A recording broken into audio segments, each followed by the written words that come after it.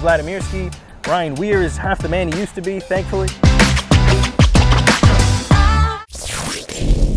TVT News Podcast is back with home inspector, owner of Westchester Home Inspections, Rhett Marks. What's up, buddy? How you guys doing? What's up, Brett? How you doing? I'm doing good. Doing good. How you guys doing? Good? Yeah, you know, shooting the shit.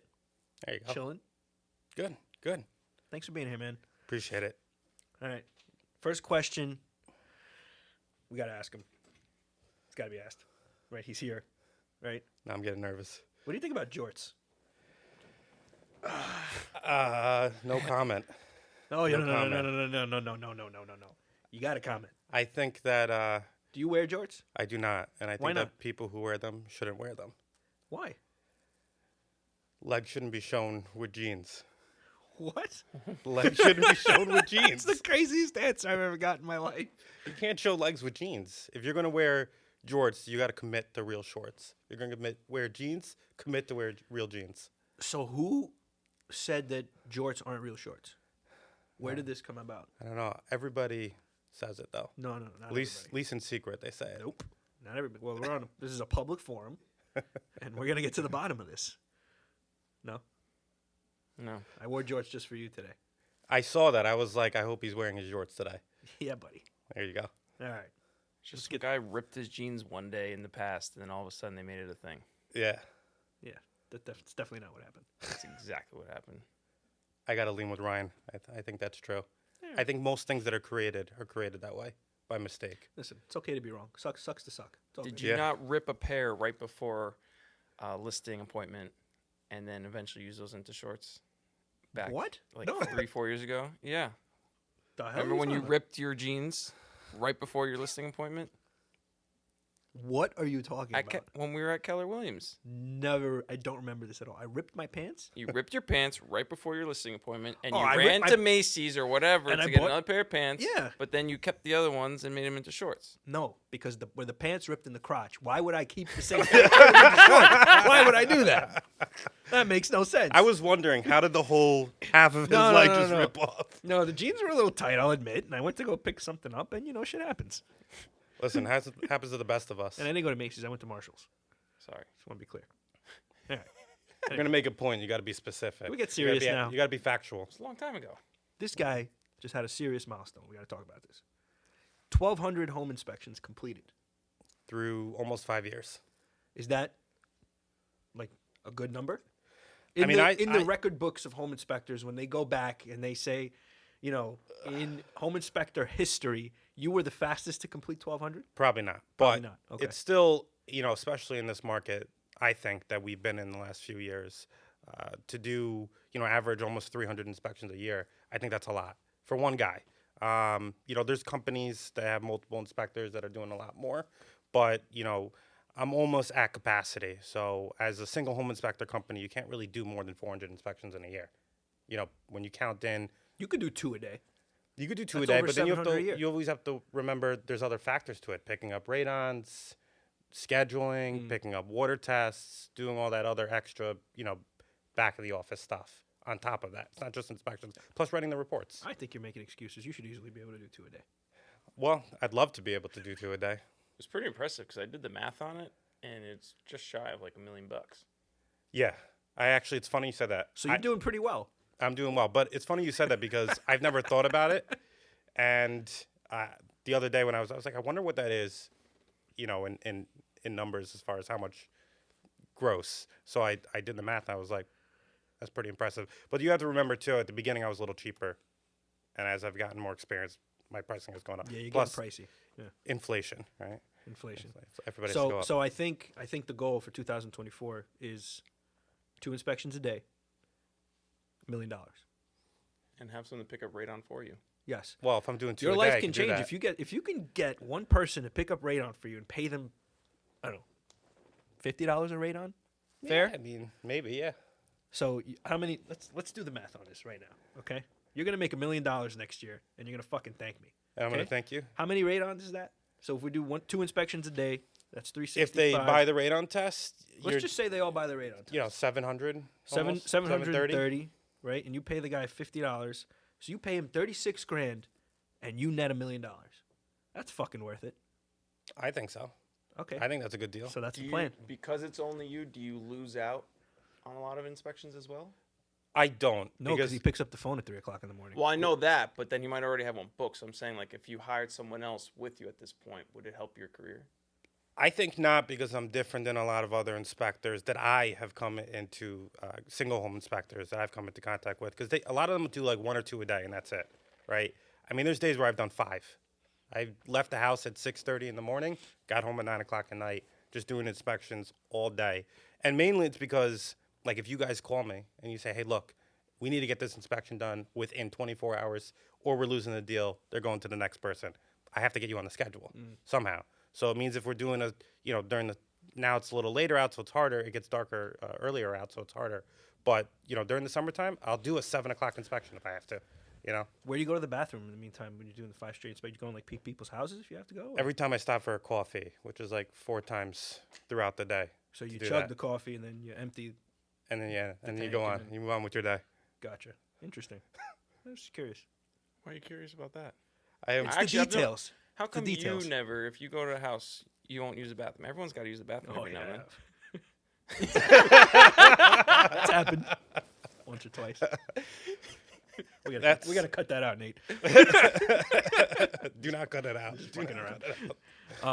But no, man, I think you can do it. Okay, for one guy, $50 a radon, you make $1 million easily. But you gotta stop fucking answering the phone at 3 o'clock in the morning. That's your problem too. We talked about this. It's a problem I have.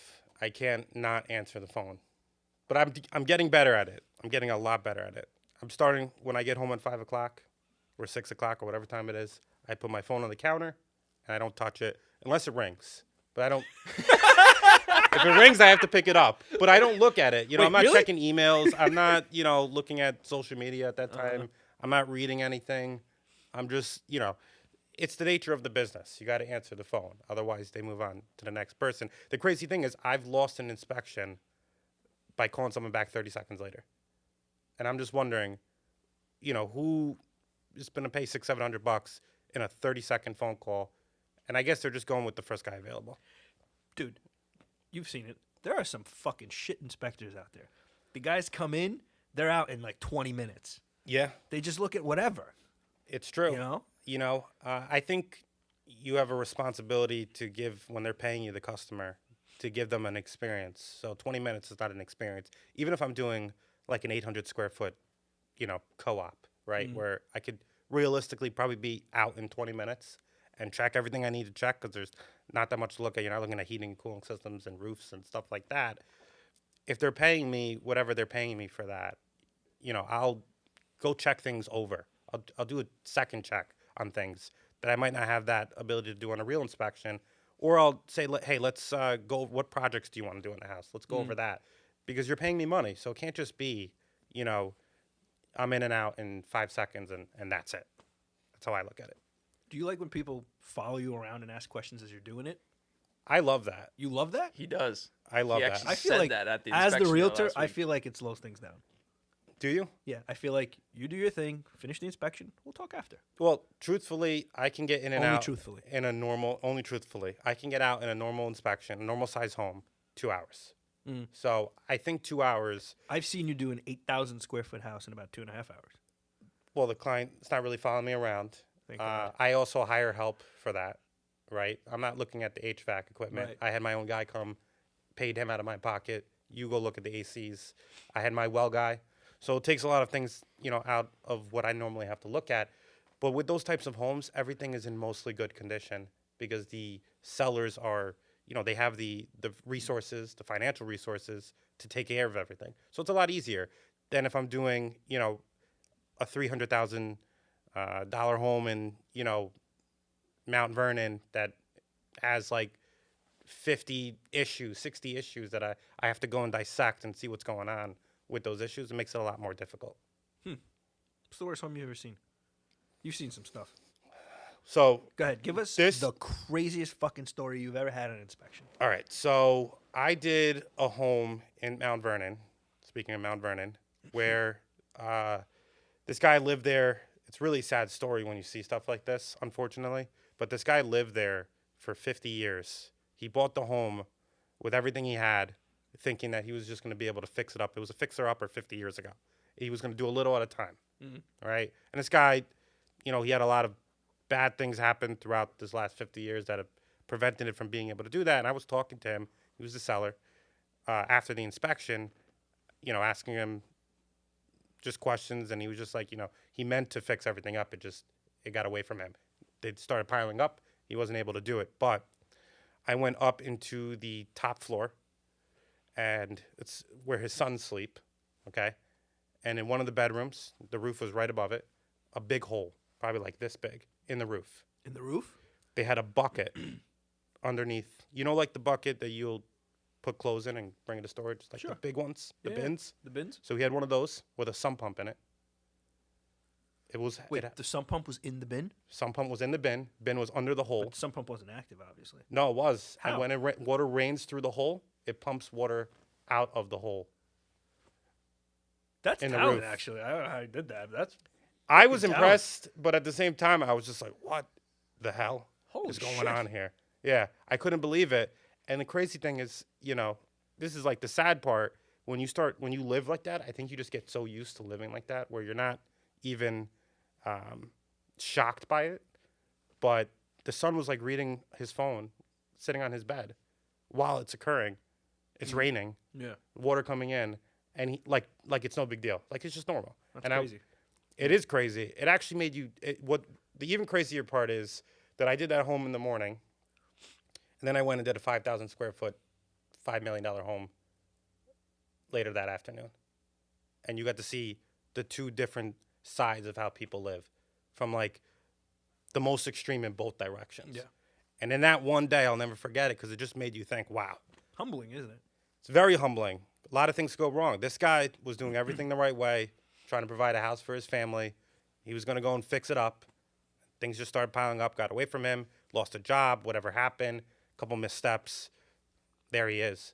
And then you go to the $5 million house where everything seems to go right for that person. And, it is humbling. Yeah. It is. That's wild, man. How Yeah. long you been doing this? You said 5 years? Almost 5 years. It'll be 5 years at the beginning of next year. Why'd you decide to become a home inspector?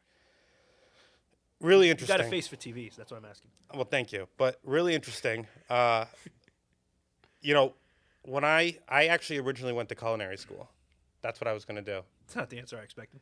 No, it's not. And everybody's shocked by it. But I worked in restaurants since I was like 12 years old. Do you cook at home?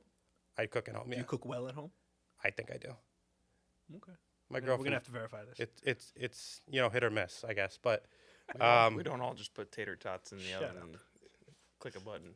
sometimes I feel like doing that, right? I just want to get something. But sometimes I feel like, like it's funny, my girlfriend she'll say, it's not a kitchen, right? Because when I'm making something, I'll go all out. I'll banging things and flipping things and Seasoning. seasoning everything. I got, 6 different meals happening. And she's like, it's only 2 of us. Do you make a mess? No, I used hate to. the messiness. I used to, but it bothers me now. And I never thought it would. But growing up, you would have one bowl of cereal, put it in the sink, and not wash it. My dad would go nuts. He I don't hated blame it. him. He hated it. Don't blame him. And he's like, why couldn't you just wash it? Now it's like I can't go to sleep if there's stuff in the sink. It just bothers me. On the rare occasion that I do cook, maybe once a week, once every other week, I like to clean as I go. Yeah. I hate the mess. It literally bothers me. No, Can't it focus does. on what I'm doing. No, absolutely. And it then you bothers run me out of watching room. other people do that. No, I clean as I go. I My try wife. to at least. You can't always do it. I try to it though. Yeah.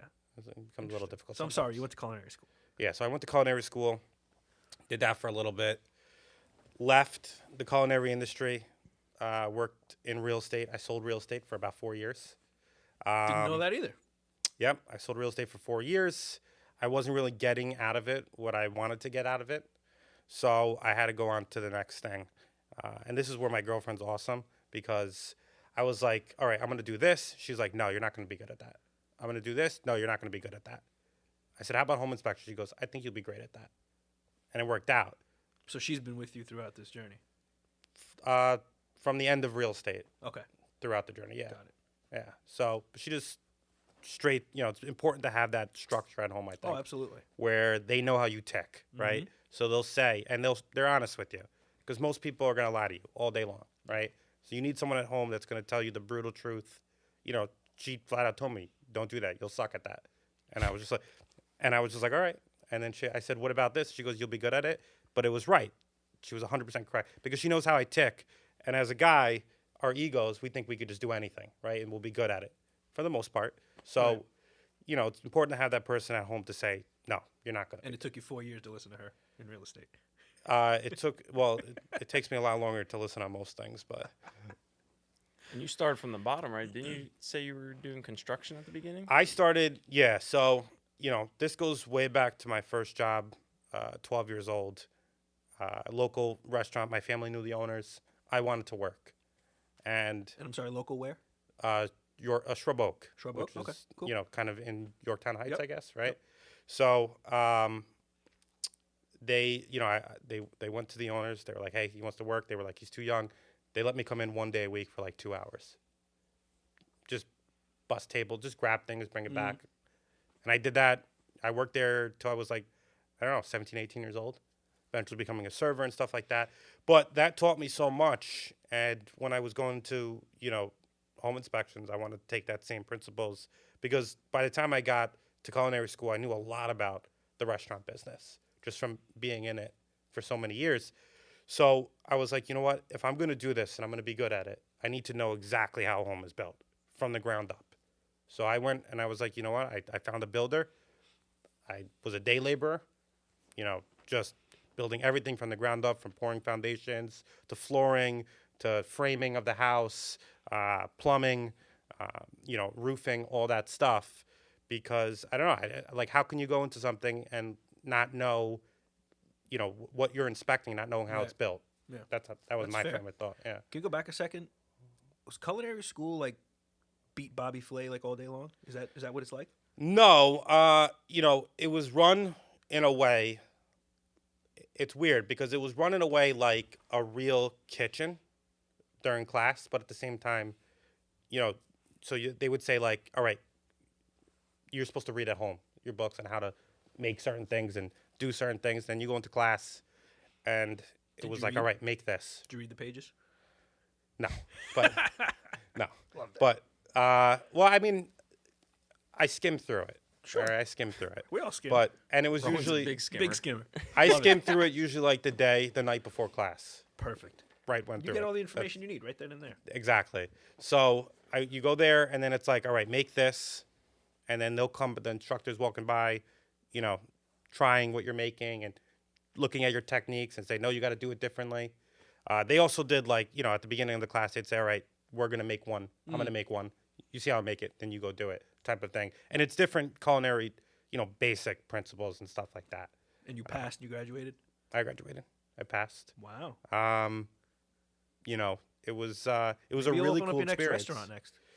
I After always- after you make $1 million, you're gonna hire that guy for the radon to pick up the radon Yeah. kits. You're gonna make $1 million. Then you're gonna open up, you know, Rhett's Cafe. Rhett's Cafe. Yeah, it's not bad. I got your life planned out for you. There kid. you go. I mean, you're planning everything for me, but Tell your girlfriend I got this. We're good. there you go. Perfect. I was like, you know, when I always wanted to open up a restaurant, Yeah. and the longer I was in it, and the longer I saw it, it's a horrible investment. It really is. So I'll challenge you on that. So my wife and I, we have a dream in the future to open up either a restaurant or like a breakfast brunch cafe kind of situation. Yep. Something small, nothing crazy. But like do everything that we see in other restaurants that people fuck up. The service, the this, the that. We're like, Yeah. oh, we're gonna fucking nail it. And maybe you'll do it. I hope Because you we're do. critics. but- Like we love food and we're critics everywhere we go. Yeah. So I mean, look, it's the same way with me. It's just a lot harder than that, and here's why. I know. Because you could have the best service, you could have the best food, you could be in the best location, and you could still fail. Why would you fail?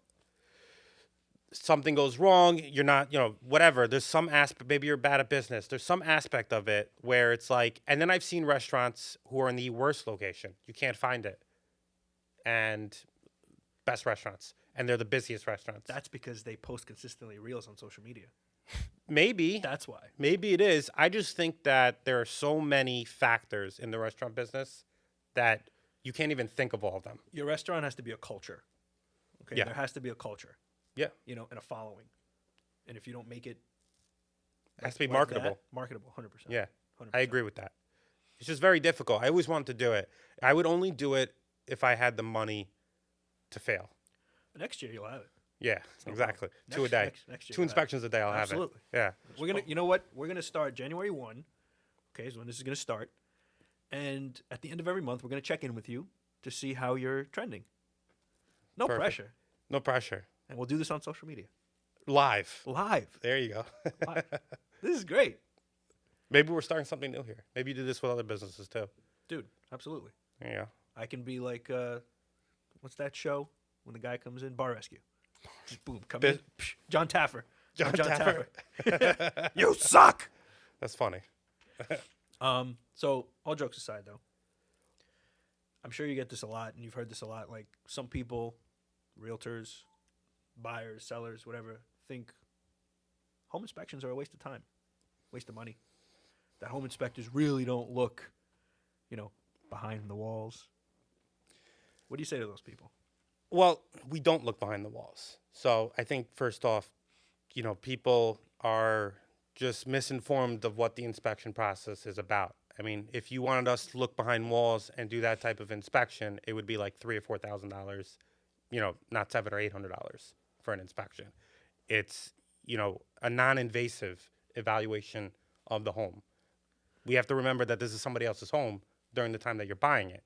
Can't damage it, you know, and sometimes sellers do a really good job at hiding things. Sure. Sometimes there are issues that have been metabolizing for many years, but aren't quite an issue yet. And they're hidden. And it all takes is one storm, you moving furniture in and out to knock something over. And all of a sudden, the issue fully metabolizes. And it happened, you know, after the inspection process, after you bought the home.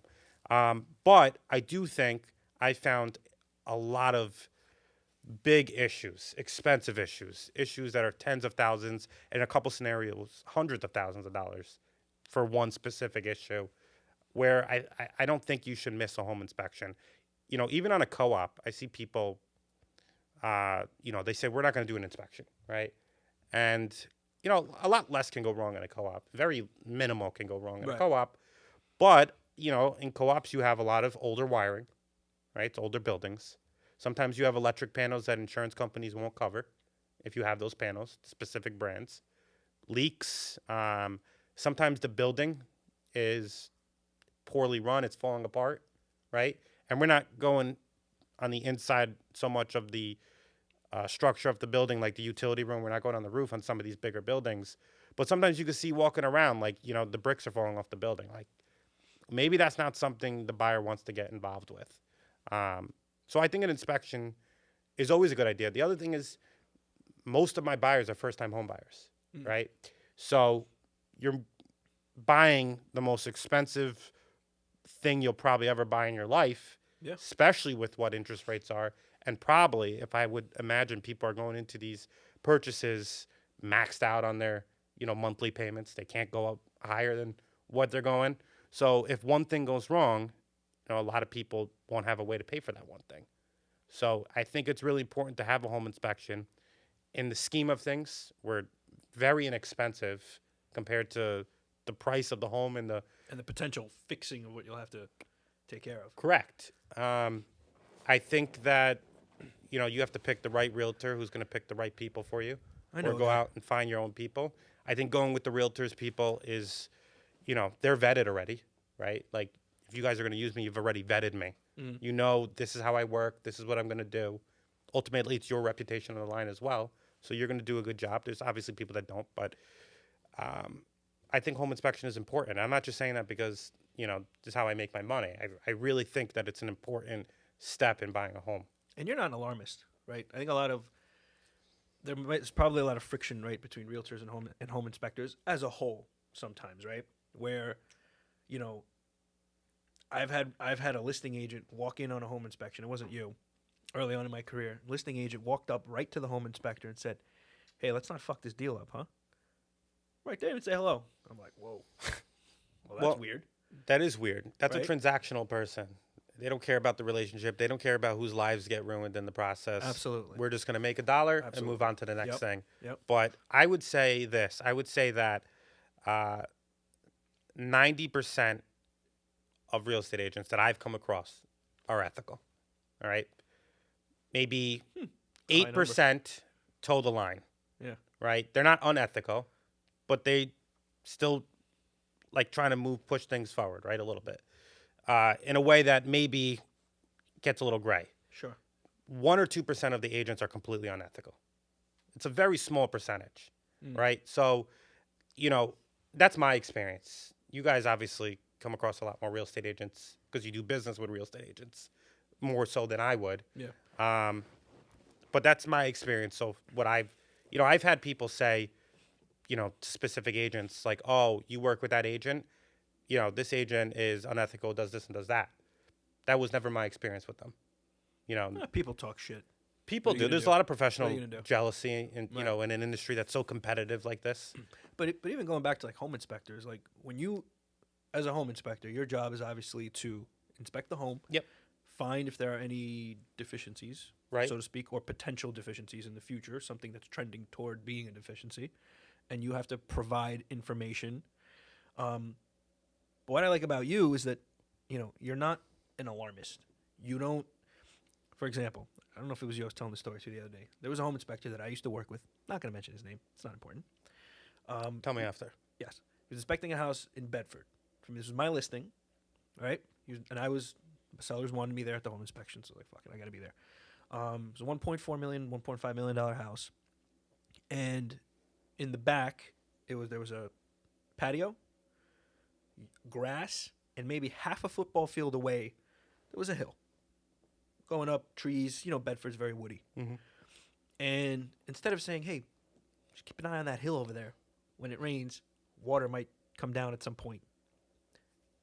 The words this guy used was, you got to be careful because you don't want a mountain of water coming down that hill and going right into your foundation. It's 50 fucking yards away, dude. So I don't want to say that I'm being unethical and saying that don't tell them that. That's not what I'm saying. But the way you deliver the message is important because unless it's Hurricane Ida coming back, maybe not even. I think one of the most important aspects of my success so far has been being able to put things in perspective. So if it's a big issue, it's a big issue. I've gone into homes where I said, look, this is going to be an expensive fix. I'm not going to give you a number because I truly don't know the scope of the work that would be involved in this. But get a contractor, right? And they get a contractor, and sometimes the contractor says it's a few $100 or a couple $1,000, maybe not a big deal. And sometimes the contractor, which in 2 scenarios, they say, this is going to cost upwards of $200,000 or something like that.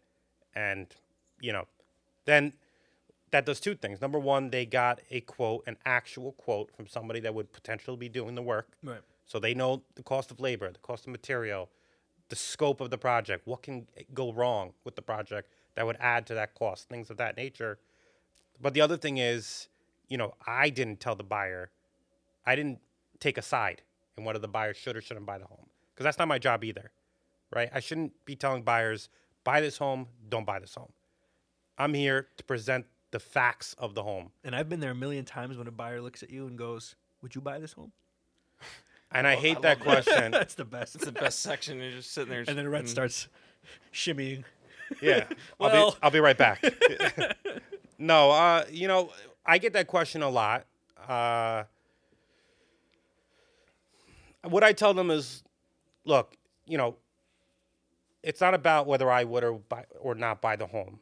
It's about, for you, with the cost that will go in to fix the things that I brought up, is the home still worth it to you? And that's what it's about. Yeah. I can go into there will be just as many good things and probably more good things than there are bad things in a home, right? So maybe the roof needs to be replaced, but maybe they just spent $30,000 on windows and they just put in a new $30,000 deck and they just put in another, $15,000 or $20,000 heating and cooling system. And it's on the street you want to be on. It's on the street you want to be on. It's got so that's what I mean by everything's in perspective. You can't take one item of anything, right? Yeah. it's like saying a human being. You take one aspect of somebody and say, oh, that person's a bad person, or that person's a good person. But the home is just as complicated as that, where there could be a lot of good things. And I would say that 90% of the time, there's more good things in a home than there are bad things in a home. So, And that, my friend, is why you're good at what you do.